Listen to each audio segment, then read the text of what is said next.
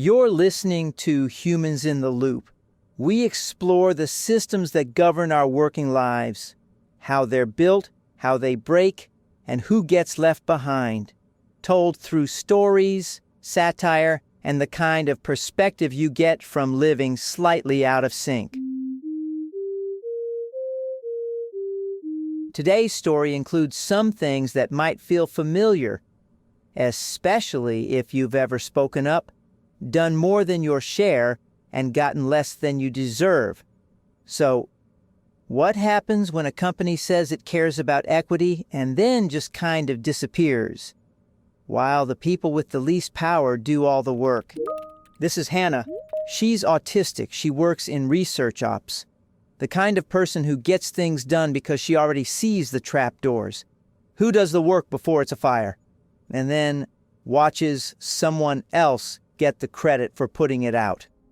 I know where everything is buried. I don't mean that as a threat, unless you're afraid of metadata. She's not loud. She's not meek either. She's contained until she isn't. I didn't want to lead anything. I wasn't trying to make a statement. I just couldn't not say something. It felt like a test. Like the kind where no one tells you you're taking it, and then your silence becomes the answer. And her manager, Peter, who didn't really show up for Hannah, not when she needed him most. I didn't say the wrong thing. That's what still gets me. I didn't say anything. Today's episode is told in 4 acts. First, the spark, a policy no one saw coming, and one person who refused to stay quiet. Then the silence, a manager's hesitation, and the weight it placed on someone already carrying too much. Next, the theft. The work was lifted, the credit erased. And finally, the fallout, when the bravest voice in the room decides it's safer to go quiet. Stay with us. Act 1. The announcement. It started with a federal autism registry, the kind of thing that slips through when no one's really watching, or when they are, but decide it's someone else's job to care. When I saw RFK Jr. on the announcement, my body went cold, like literal ice in my throat. I checked the URL 3 times, thought maybe it was a phishing scam or a hoax. It wasn't. There was no response from leadership, no statement, no guidance, just a lot of silence, except for words like monitoring and alignment, and group threads that ended with, "Let's hold off until we hear more." So Hannah did what the system wouldn't. You could feel the air going still, like everyone was hoping someone else would volunteer as tribute. So I created a doc. I drafted the first line. It felt like yelling into a pillow in a burning building. I shared the doc. I said, "I'm drafting something, add what you need." And people did. Fast. She didn't wait, didn't ask, just started moving. I told myself, this is great, she's owning it. But I didn't ask if she felt safe doing that, or if she needed backup. I just let her keep going. We were rewriting it at 10:30 p.m., 3 of us on a call, one person crying off mic. I had to mute myself to breathe into a towel. I didn't want to be the one who made it emotional. Again.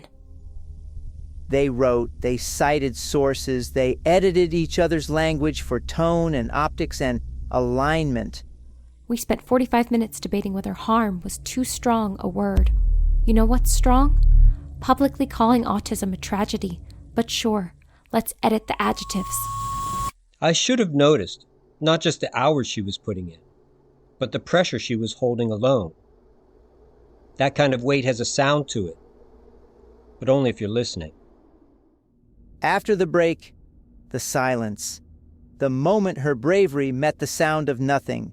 But first, if you've ever tried to speak up in a system built to tune you out, you're not alone. This episode is brought to you by a very real book that absolutely does not exist. You've read the leadership classics, you've highlighted Start with Why, and you've nodded thoughtfully through Dare to Lead. And yet, when your team raises concerns, you're still saying things like, "That's not what happened. You're overreacting. Let's take this offline." It's time for something different. Introducing Psychological Safety for People Who've Been Gaslit for a Decade, Executive Edition, the unflinching guide to creating a workplace where people can tell you the truth without rehearsing it in the mirror first. Inside, you'll learn how to replace "we hear you" with actual listening, how to spot the difference between accountability and PR spin, and why open door policy doesn't count if the room is on fire. Featuring real-world scenarios, interactive reflection prompts, and a bonus chapter titled "Stop Quoting Brené If You're Going to Ignore Everyone Anyway." Psychological Safety for People Who've Been Gaslit for a Decade, Executive Edition. The first step to earning trust is not breaking it in the first place. Now streaming on Echo Nest. If only Psychological Safety came in hardcover. But if your brand supports voices that challenge the system from inside it, get in touch. We're currently booking real sponsors for future episodes. Back to the story. Act 2. The Silence.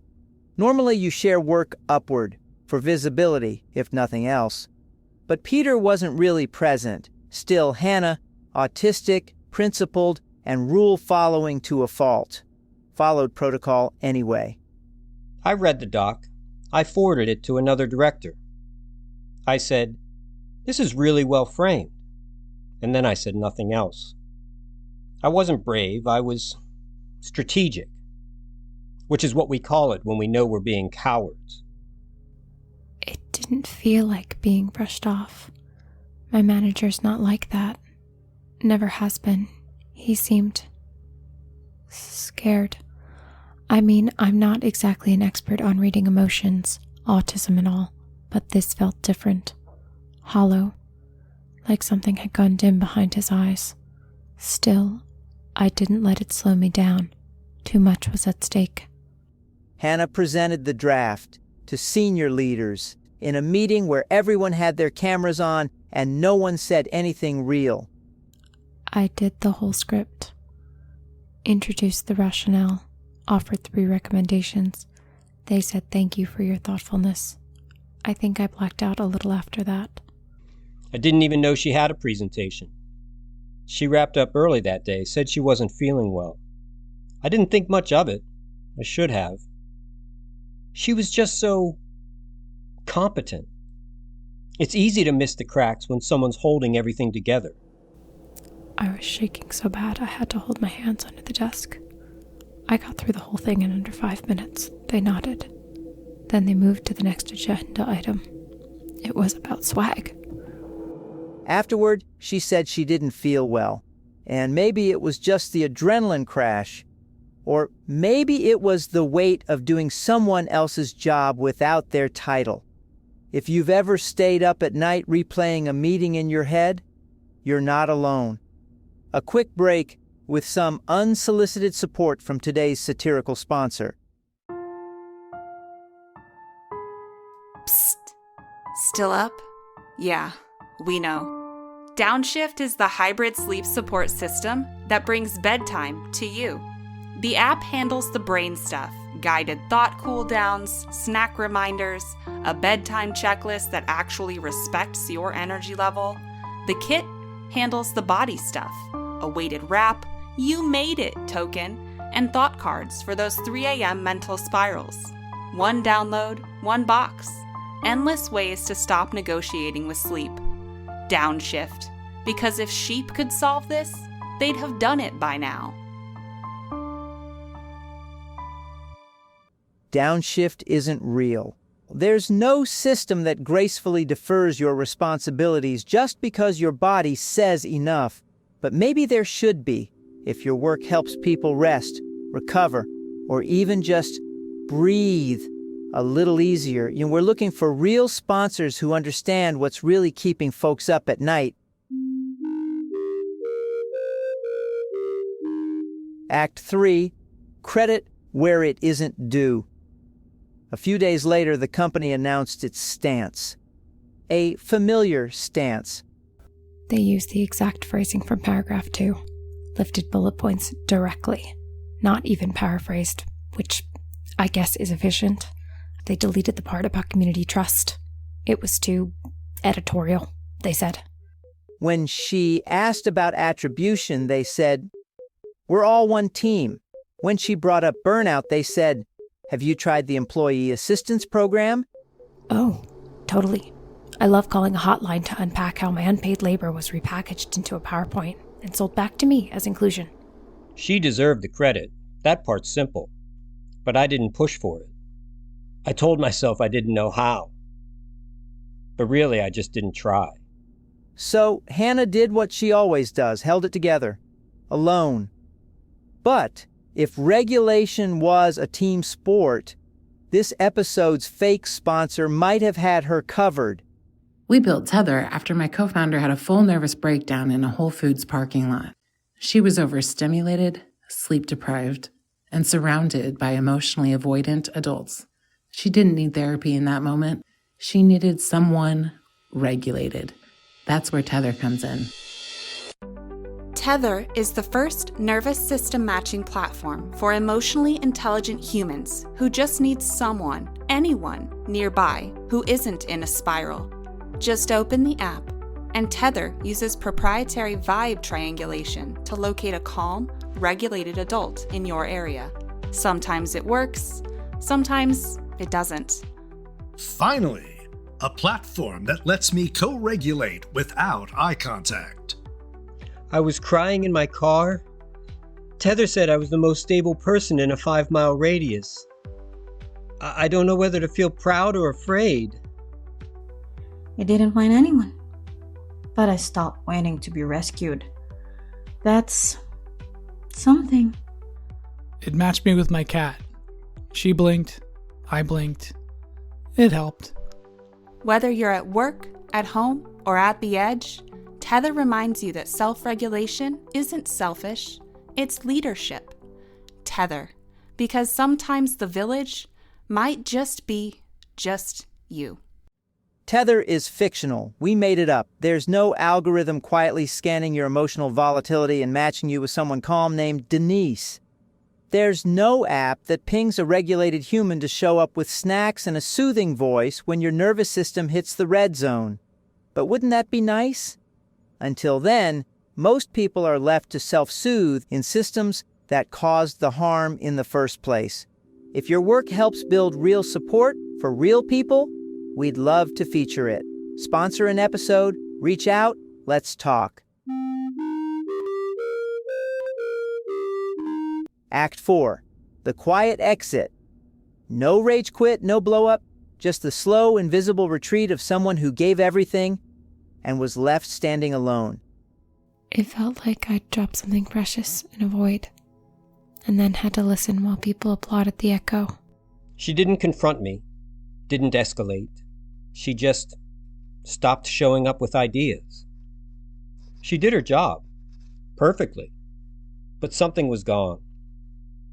She was there, she delivered, she hit every target, but something shifted.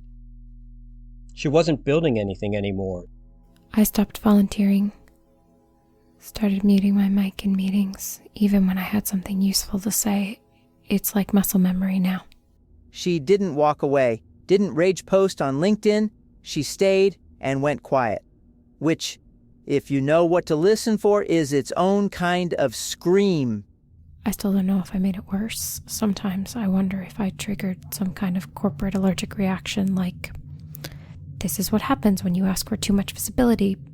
But what was the alternative? Say nothing, watch it slide by, and tell myself I was just tired that week. No, I couldn't do that. I can't be the person who looks away, even if it costs me. It did cost her. She didn't lose her job, she lost her trust in the people who should have stood beside her. That includes me. I told myself I was protecting her, but the truth is, I was protecting myself from risk, from visibility, from being associated with the fallout if it all went wrong. This is how systems keep functioning.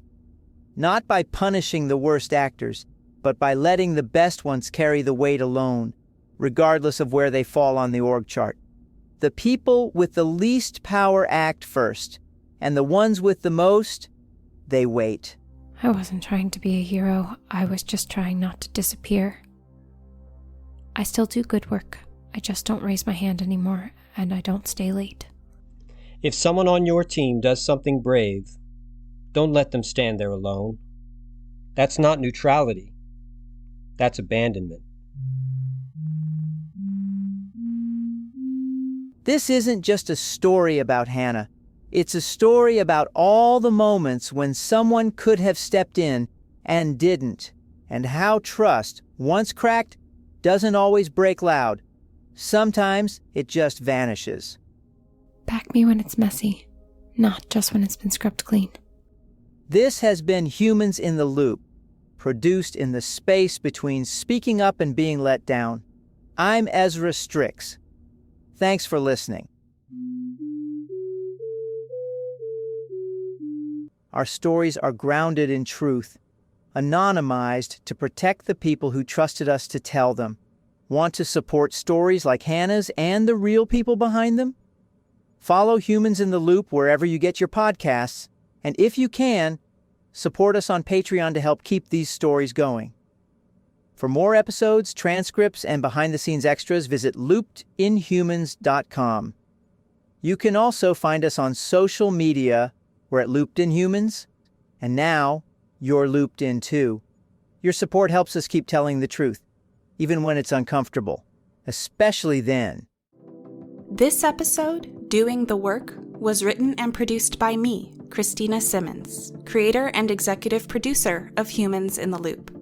Human talent for today's story, Carolyn Dixon as Hannah, and Tom Groves as Peter.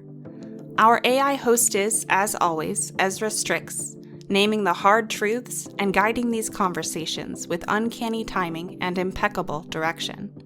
Rana Cassidy is our operations producer, fractional chaos tamer, reality checker, and hype woman. Basically, if the podcast runs smoothly or I haven't spiraled this week, Rana probably had something to do with it.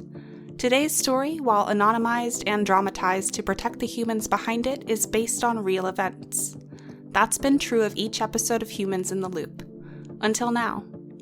Starting next week, we're shifting gears. The stories that follow will lean into hope, imagination, and the future we could build. We'll trade realism for radical possibility as we explore what might happen if we dared to dream, dismantle, and design new systems that work for everyone. Stay tuned for more systems critique with a rosy view, a bright mirror, if you will, reflecting not what is, but what could be. Coming up, a teaser for next week's episode. Don't go anywhere.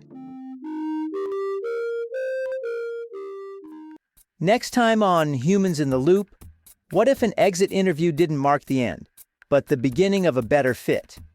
In our next episode, we meet Martin, who came to say goodbye and left with a new role, new rhythm, and finally, a system that worked with him.